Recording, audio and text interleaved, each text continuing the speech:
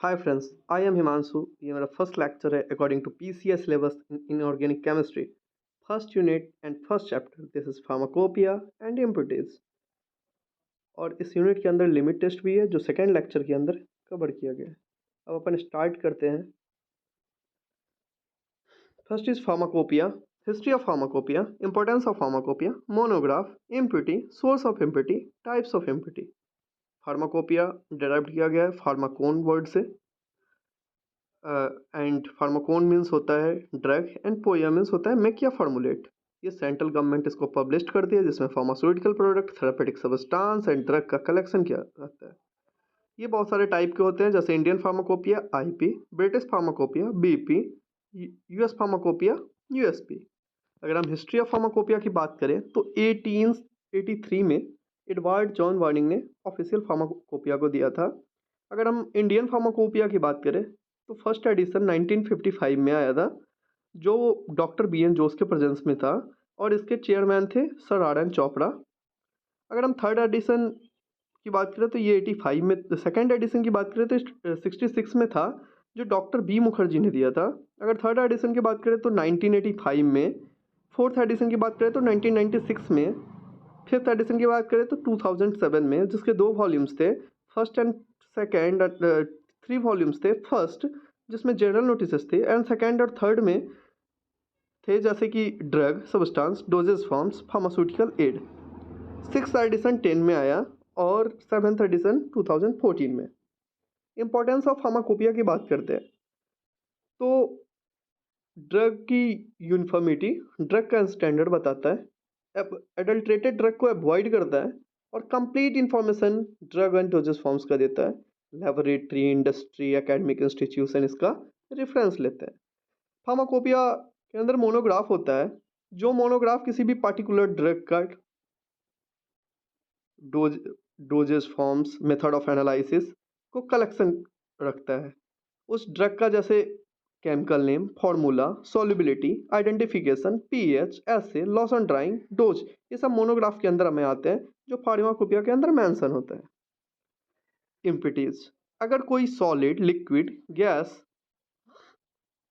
जैसे कोई भी सब्सटेंस जिसके अंदर फॉरेन मटेरियल आ जाए और उस सब्सटेंस को इम्प्योर कर दे उसे हम इम्प्यूरिटीज कहते हैं। अगर हम सोर्स की ऑफ इम्प्यूरिटीज की बात करें तो raw material, lead, copper, silver जो हमारे रॉ मटेरियल के अंदर आ जाए तो उसको डिग्रेड कर देता है किसी भी प्रोडक्ट को। रिएजेंट, या तो अगर हम किसी प्रिपरेशन में रिएजेंट लेते हैं या तो वो रॉन्ग ले लें या कोई रिएजेंट के अंदर फॉरेन मटेरियल हो उससे भी हमारे प्रोडक्ट में इम्प्यूरिटीज चली जाती है। मैन्युफैक्चरिंग प्रोसेस, मैन्युफैक्चरिंग प्रोसेस में अगर हमारा प्रोसीजर में अगर रॉन्ग हो या एरर हो तो भी हमारा इम्प्यूरिटीज आ जाएगी। या अगर कोई इक्विपमेंट में पहले से ही अगर raw material, foreign material present हो तो भी इम्प्यूरिटीज आ जाएगी। अगर स्टोरेज की बात करें तो अगर कोई प्रोडक्ट का, कोई सब्सटेंस का अगर स्टोरेज रिक्वायरमेंट नहीं है तो भी इम्प्यूरिटीज आ जाएगी। अगर इन्वायरमेंटल की बात करें तो इन्वायरमेंट में अगर कोई प्रोडक्ट एसेप्टिक एरिया के अंदर प्रिपरेशन होने वाला है और उसे हम नॉर्मल एरिया में कर रहे हैं तो भी इम्प्यूरिटीज आ सकती है। अगर हम टाइप्स ऑफ इम्प्यूरिटी की बात करें तो ये 2 तरह का होता है, एक डिस्ट्रक्टिव इम्प्यूरिटी और एक constructive impurity. Destructive impurity destruction करता है किसी भी प्रोडक्ट का, और जैसे कि मेटल में एस या डेब्रिस का होना।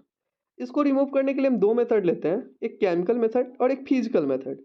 केमिकल मेथड के अंदर में अगर हम बात करें तो अगर आयरन का मैन्युफैक्चरिंग हो रहा है तो हम कैल्शियम कार्बोनेट को हम ब्लास्ट फर्नेस के साथ ऐड करते हैं और आयरन ओर से सिलिकॉन डाइऑक्साइड को निकाल देते हैं। अगर हम फिजिकल मेथड में की बात करें तो इसमें हम डिस्टिलेशन मेथड के द्वारा हम किसी भी इम्प्यूरिटीज को रिमूव करते हैं। कंस्ट्रक्टिव मेथड ये बहुत ही यूज़फुल होता है सब्सटेंस के लिए। अगर हम इसमें 2% कार्बन को अगर हम आयरन के साथ ऐड करते हैं तो मैन्युफैक्चर होता है स्टील। अगर हम मेटल में, दूसरा है, अगर मेटल में इम्प्यूरिटीज को अगर ऐड करते हैं तो फॉर्म होता है एलोई। अगर हम फार्मास्यूटिकल इम्प्यूरिटीज की बात करें तो ये थेरापेटिकली इफेक्ट शो करता है। जैसे कि अगर कोई प्रोडक्ट है, अगर उसमें टॉक्सिक इम्प्यूरिटीज आ जाए, अगर उसमें अगर लीड हो, आर्सेनिक हो तो हमें टॉक्सिक इफेक्ट देता है।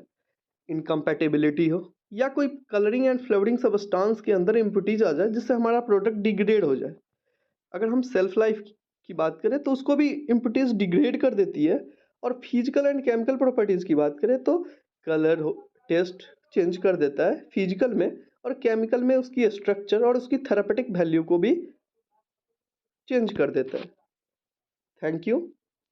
अगर अच्छा लगा हो तो चैनल को लाइक करें, नेक्स्ट वीडियो के लिए सब्सक्राइब करें। Thank you.